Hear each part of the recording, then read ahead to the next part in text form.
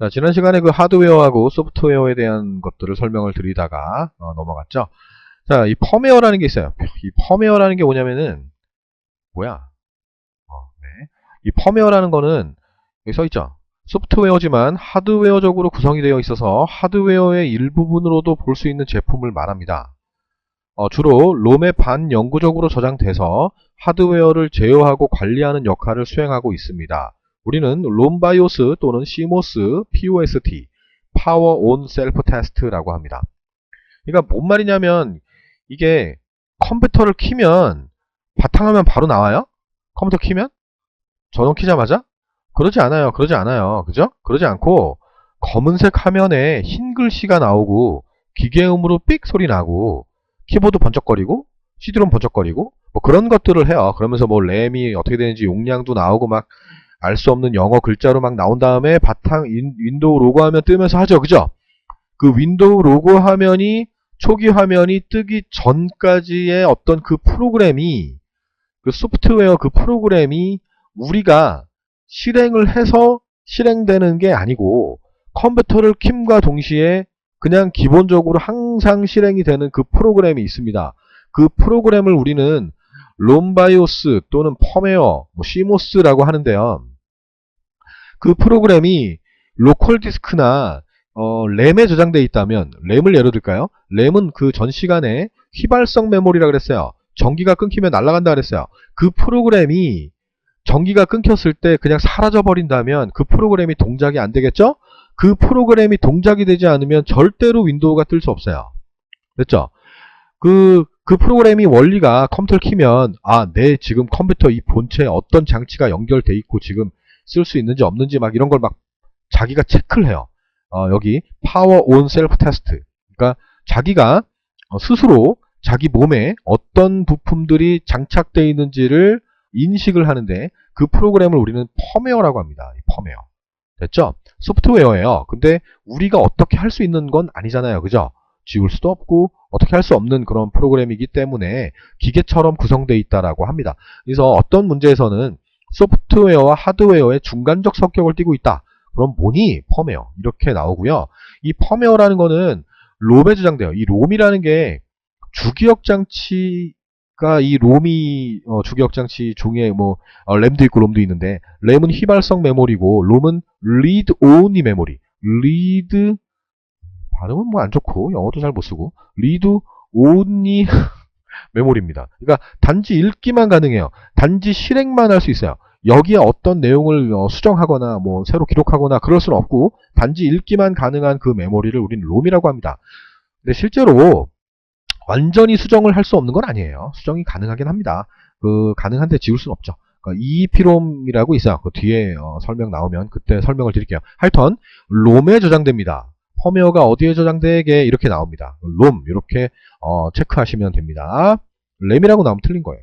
다음 컴퓨터의 이제 분류 방식을 좀 알아야 돼요. 컴퓨터를 뜯어봤으니까 컴퓨터가 뭘로 되어 있는지 봤으니까 컴퓨터는 어떤 종류가 있는지 분류 방식을 봐야 됩니다. 첫 번째 능력에 따른 분류죠. 성능 그죠? 얼마나 좋으냐 후지냐에 따른 분류라고 보시면 됩니다. 그냥 읽을게요. 여기는 슈퍼컴퓨터 제일 좋은 거죠. 인공위성을 제어하고 일기예보 우주 항공 시스템에 사용하고 있습니다. 여러분 집에 있는 컴퓨터가 아니에요. 메인프레임 대형 컴퓨터라고도 합니다. 대규모 시스템으로 수백 명의 사용자가 동시에 사용할 수가 있습니다. 미니 컴퓨터 중형 또는 소형 컴퓨터라고도 합니다. 중규모 시스템으로 학교나 연구소 이런 데서 사용하는데 컴퓨터가 바로 이겁니다. 워크스테이션 중요합니다. 워크스테이션 RISC 프로세서를 주로 사용하고 있습니다. RISC 프로세서를 사용하고 있고요. 네트워크에서 서버 역할을 하고 있습니다. 네트워크 컴퓨터들끼리 연결되어 있는 것 중에 서버 역할을 하고 있습니다. 고성능의 그래픽 처리를 사용하는데 쓰이고 있습니다. RISC 프로세서를 쓴다라는 요 핵심, 그죠? 요 말 들어가면 일반 데스크탑 컴퓨터랑 똑같은 크기예요. 근데 성능이 더 좋다라는 말 나오면 이것은 워크스테이션이구나 이렇게 알고 계시면 될 것 같습니다.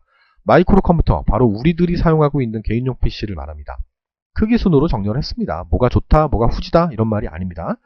책상 위에다 올려놓는 거 그죠? 우리 학원에 있는 거 우리 학원 책상 위에 올려져 있는 거 랩톱 무릎 위에다 올리는 거죠. 랩톱 컴퓨터 노트북이 있고요.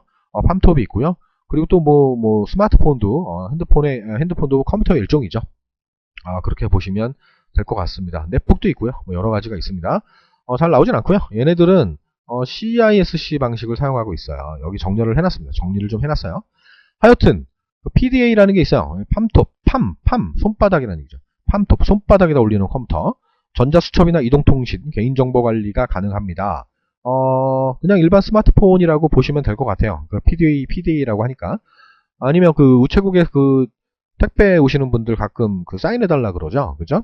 도착 받았다고. 그럴 때 사인할 때 쓰는 그런 컴퓨터들. 그걸 PDA라고 합니다.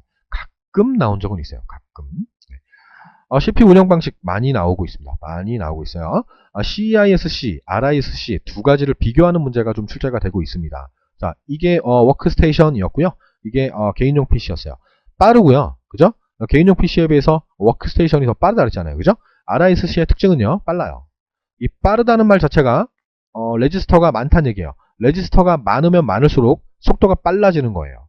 일반 개인 사용자였다면 개인 사용자에게는 명령어들을 많이 제공할 텐데 얘는 명령어를 많이 제공하진 않습니다. 그러니까 뭐 예를 들면 오른쪽 버튼 누르면 메뉴가 많이 뜨는데 그 메뉴가 적다 이렇게 생각하시면 될 것 같아요. 일반 개인용이 아니기 때문에. 워크스테이션 설명드렸어요. 자, 개인용 PC 명령어가 적고요. 레지스터가 적습니다. 상대적으로 적다는 얘기입니다. 그래서 속도가 워크스테이션에 비해선 느리다라고 할 수 있습니다. 뭐 가변적인 명령어의 길이를 가지고 있고 가변적이다. 가변적, 변화가 불쌍하다는 얘기죠. 그죠? 명령어가 종류가 많다는 얘기가 되는 거예요. 그러니까 이런 말이 나와도 이거 RISC야 이렇게 알고 계시면 될 것 같습니다. 됐죠? 자, 필기 용어들을 정리하고 있는 거예요. 정리하시고 이제 암기하시고 문제 푸는 건 이제 본인들이 스스로 하시면 됩니다. 학원에서 물어보면 되고요. 그죠? 모르는 거. 그죠? 네, 다음 거 넘어갈게요. 네, 다음입니다. 데이터에 따른 분류예요. 자료가 있고 정보가 있고 뭐 이런 게 있는데 컴퓨터가요. 뭐 이런 거예요. 컴퓨터는요. 자료를 가공을 해서요. 정보를 만드는 게 바로 컴퓨터가 하는 일이에요. 그걸 정보 처리라고 우리는 합니다. 근데 이 자료가 어떤 자료가 컴퓨터에 입력이 되느냐에 따라 디지털 컴퓨터와 아날로그 컴퓨터로 나뉩니다. 그러니까 디지털 컴퓨터는 요 위에 보죠. 문자나 숫자로 된 데이터를 처리하는 방식이에요. 살짝 키보드 보세요. 키보드 보시면 다 문자 아니면 숫자로 돼 있죠. 그죠? 우리가 사용하고 있는 지금 이 화면에 보이는 바로 여러분 앞에 있는 그 컴퓨터가 바로 디지털 컴퓨터라고 보시면 됩니다. 각 분야에서 일반적으로 널리 사용되고 있는 컴퓨터고요.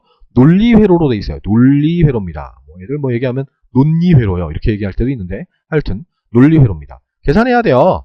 논리라는 게 참 거짓 이런 걸 판별하는 건데 하여튼 그런 겁니다. 계산을 합니다. 아날로그 컴퓨터보다는 느립니다. 선생님 디지털인데 왜 아날로그보다 느려요? 말이 안 되잖아요. 이렇게 얘기하는데 그러지 마. 디지털이 빨라. 디지털이 빠릅니다. 야야야야야야야. 아날로그가 빠릅니다. 아날로그가 빨라요. 아날로그가 빠릅니다. 왜? 아날로그는 계산할 필요가 없어요. 얘는 계산하는 절차가 필요하기 때문에 그렇습니다. 그렇게 그냥 기억하세요. 네. 아날로그 컴퓨터. 얘는 문자나 숫자를 처리하는 컴퓨터가 아니에요. 연속적으로 변화되는 데이터. 온도. 지금 되게 추운데. 온도, 전류, 속도, 습도, 이런 것들. 계속 변화되는 이런 그래프들을 측정하는 컴퓨터를 바로 우리는 아날로그 컴퓨터라고 합니다. 지진 측정하는 거예요. 지진은 항상 일어나고 있는데 아주 작게 파형이 돼 있죠. 막 이렇게 꼬물꼬물꼬물 돼 있는데 이건 우리 눈으로 보이지 않잖아요. 그죠? 이걸 이렇게 만들어줘야 돼요. 이걸 이렇게 만들어줘야 돼요. 크게. 그래서 증폭 회로가 필요해요. 폭을 늘렸다. 증폭 회로가 필요합니다. 아날로그는 연속적인 물리량, 습도, 온도, 그래프, 미분 그리고 이 증폭 회로가 필요하구나. 그리고 디지털보다는 빠르구나. 이렇게 알고 계시면 될 것 같습니다. 계산 절차가 없으니까. 자료가 들어가자마자 프린터로 인쇄가 되어버리기 때문에 그렇구나. 됐습니다. 자, 요 두 개의 장점을 혼합한 컴퓨터를 우리는 하이브리드 컴퓨터라고 합니다. 하이브리드 자동차 알죠? 기름과 전기로 가는 자동차 알잖아요. 그죠? 섞여 있다는 얘기예요. 장점이. 디지털과 아날로그의 장점이 혼합되어 있다라고 알고 계시면 됩니다. 됐죠? 자, 지금 이 세 가지의 컴퓨터는 묶음이에요. 조폭 같아요. 항상 묶여 다녀야 돼요. 얘는. 다음 중 컴퓨터의 분류 방식 중 다른 하나는 1번 디지털, 2번 아날로그, 3번 하이브리드, 4번 전용, 4번 슈퍼. 그러면 슈퍼가 답이죠. 전용이 답이죠. 그죠? 아시겠죠?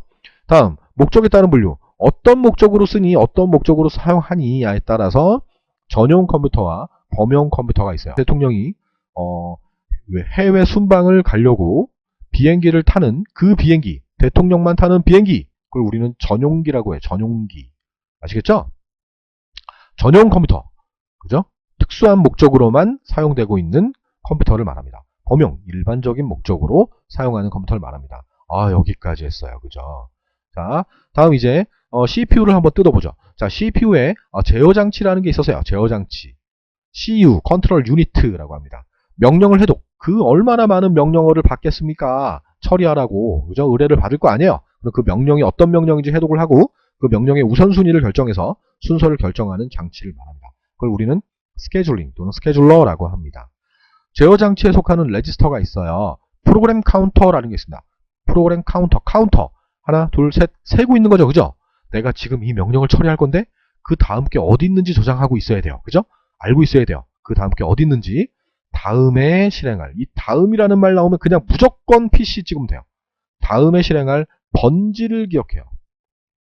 됐죠?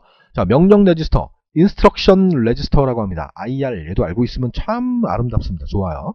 현재 실행 중인. 현재라는 말 나오면 현재라는 말 나오면 이거구나. 이렇게 알고 계시면 됩니다. 현재 명령어를 기억해요. 이건 명령 레지스터. IR. 자, 부호입니다. 인코더라고도 해요. 인코더. 각 장치에 보낼 제어 신호를 생성하는 회로를 말합니다. 아날로그를 디지털로 바꾼다. 이건 뭐 모르셔도 됩니다. 정보 처리니까.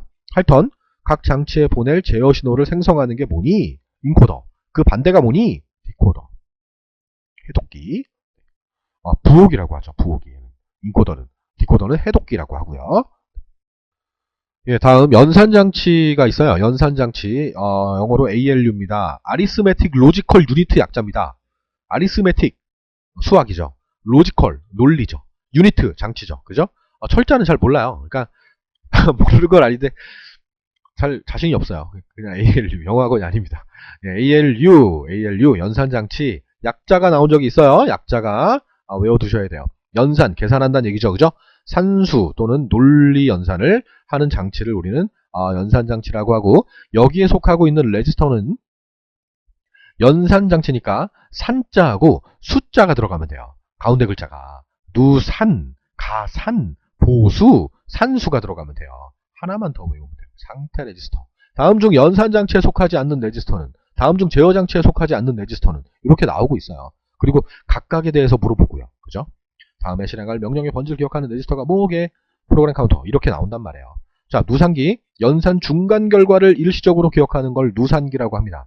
연산 중간 결과를 일시적으로 기억하고 있는 게 뭡니까?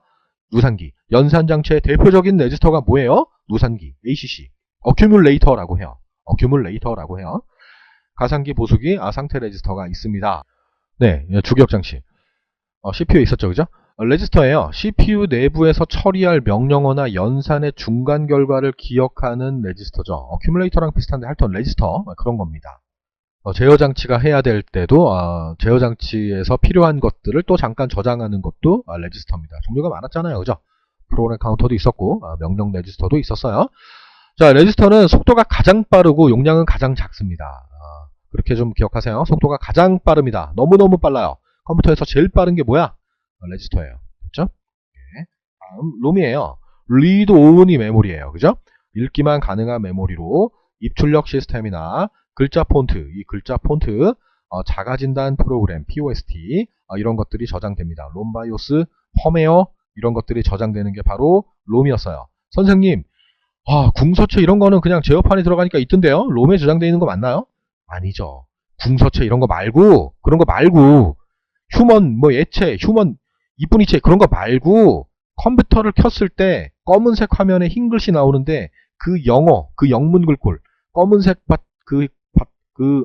화면에 흰색 글씨가 뜨면서 그 펌웨어가 동작되는 그때 그 글자 폰트, 그 폰트가 저장되어 있다는 얘기예요. 그러니까 그렇게 알고 계시면 됩니다. 다음, 롬의 종류는요, 마스크롬, 피롬, EP롬, EEP롬으로 나뉩니다. 자, 롬에다 마스크 씌웠어요. 롬에다 마스크를 씌웠기 때문에 절대로 내용 수정을 할 수 없어요. 마스크를 씌워놨어요. 하지 말라는 거예요. 건들지 마. 마스크를 씌웠어요. 절대로 불가능합니다. P롬, P, 그죠? 롬 앞에 한 글자밖에 없죠. P. 한 번만. 롬 앞에 한 글자밖에 없어요. 한 번만 내용을 수정할 수 있어요. 한 번만 내용을 기록할 수 있습니다. 이 P롬, 자외선을 이용해서 수시로 지웠다가 썼다가 할 수가 있어요. 얼마나 번거롭겠습니까? 자외선 가지고. 장점이야 뭐 수시로 지웠다 썼다 할 수 있으니까 좋긴 한데 얼마나 번거로워요. 자외선. 그죠? 이 P롬, 전기적으로 수시로 지웠다 썼다 할 수 있어요. 얼마나 편합니까? 그죠? 요즘 대부분이 EEP롬이에요. 전기적으로 지웠다 썼다 하는 거. 플래시 메모리라고도 합니다. 됐죠? 그러니까 펌웨어 내용을 절대로 기록 수정할 수 없다 그렇게는 말씀 못 드리고 EEP롬에 저장되어 있는 펌웨어는 수정이 가능합니다. EEP롬 정기적으로 중요합니다. 중요해요. 자, 별표 5개 했습니다. 중요합니다. 자, 랜덤 액세스 메모리입니다. 순서대로 읽어드린다는 뜻이 아니고 여기저기 막 흩어져 있는 것들을 막 읽을 수 있다는 얘기인데 하여튼 휘발성 메모리, 대표적인 휘발성 메모리죠.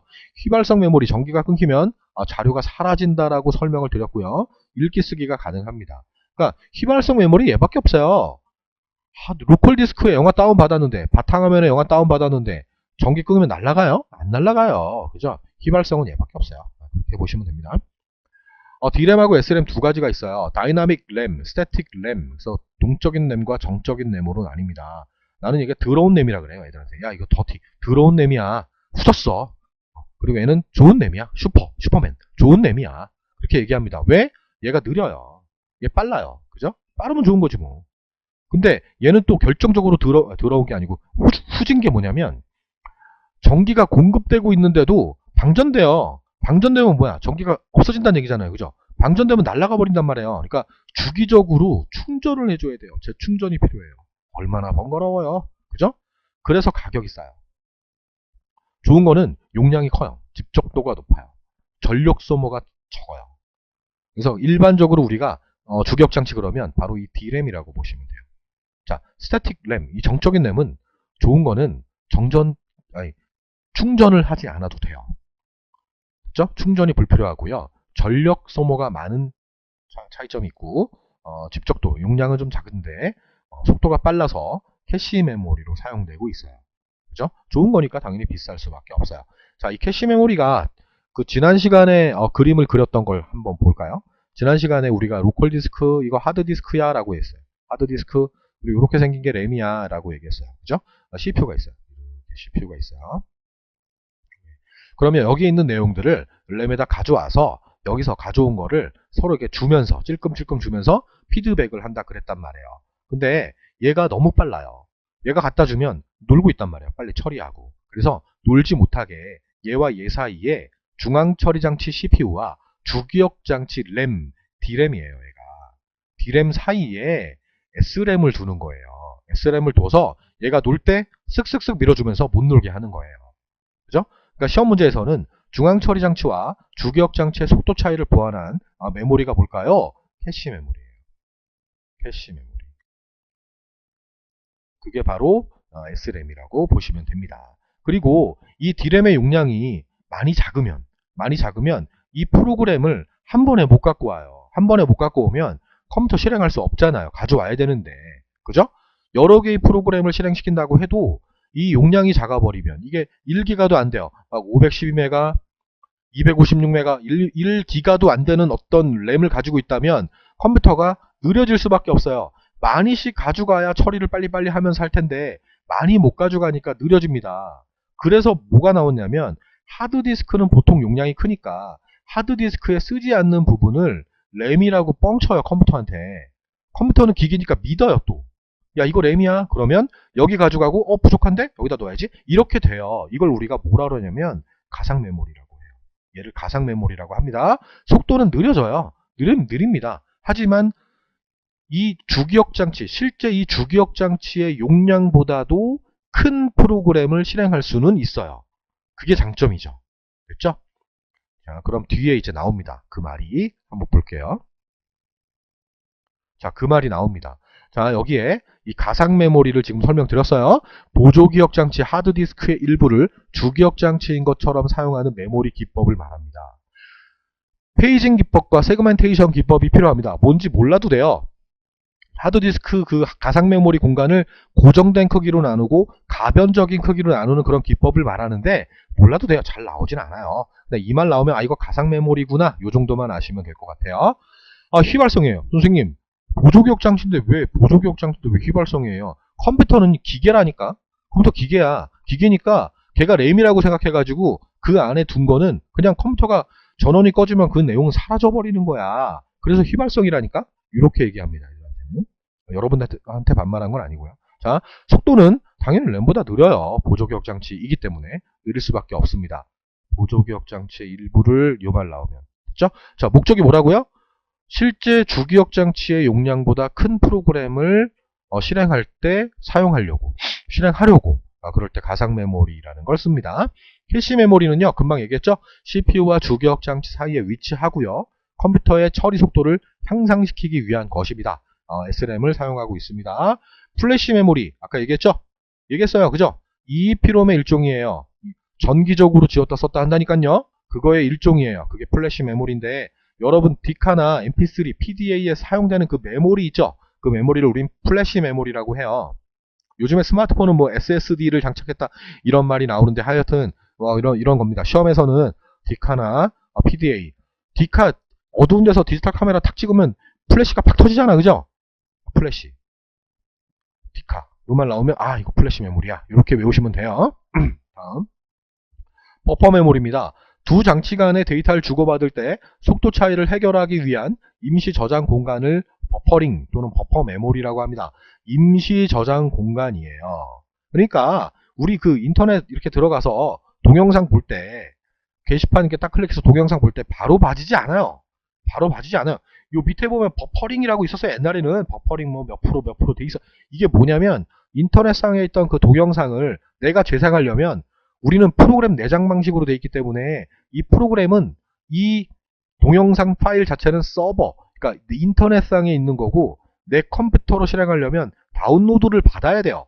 다운로드를 받아서 램에다 가져간 다음에 실행을 해야 돼요. 다운로드를 일정량을 받아놓고 화면이 끊기지 않게 재생을 해줘야 돼요. 그러니까 이 일정량을 저장하는 걸 우린 버퍼라고 해요. 버퍼링. 임시 메모리에 클립보드라는 게 있어요. 그거랑은 약간 다른데 하여튼 같은 의미로 좀 생각하세요. 네, 입력과 출력의 속도를 맞춰주기 위한 임시 메모리는 그런 버퍼링 찍으면 돼요. 자, 스트리밍은요, 인터넷상의 동영상이나 음악을 다운로드 받으면서 실시간으로 재생하는 기법을 말합니다. 실시간으로 다운로드 받으면서 바로바로 실행할 수 있잖아요. 그죠? 그걸 우린 스트리밍이라고 합니다. 이걸 하려면 뭐가 필요해? 버퍼가 필요해요. 임시 메모리가 필요하다고요. 됐죠? 자, 오늘은 여기까지 또 끊을게요. 여기까지 하고 또 다음 시간에 또 보조기억 장치부터 스타트 할게요. 네, 수고하셨습니다. 자, 요약 설명은 끝났고요. 자, 이제 기출문제를 또 풀어봐야 됩니다. 자, 두 번째 강의에서 나왔던 기출문제만 뽑아가지고 정리를 좀 해놨습니다. 그래서 여러분들이 또 직접 풀어보셨다고 생각하고 문제풀이에 들어가겠습니다. 자, 1번 문제죠.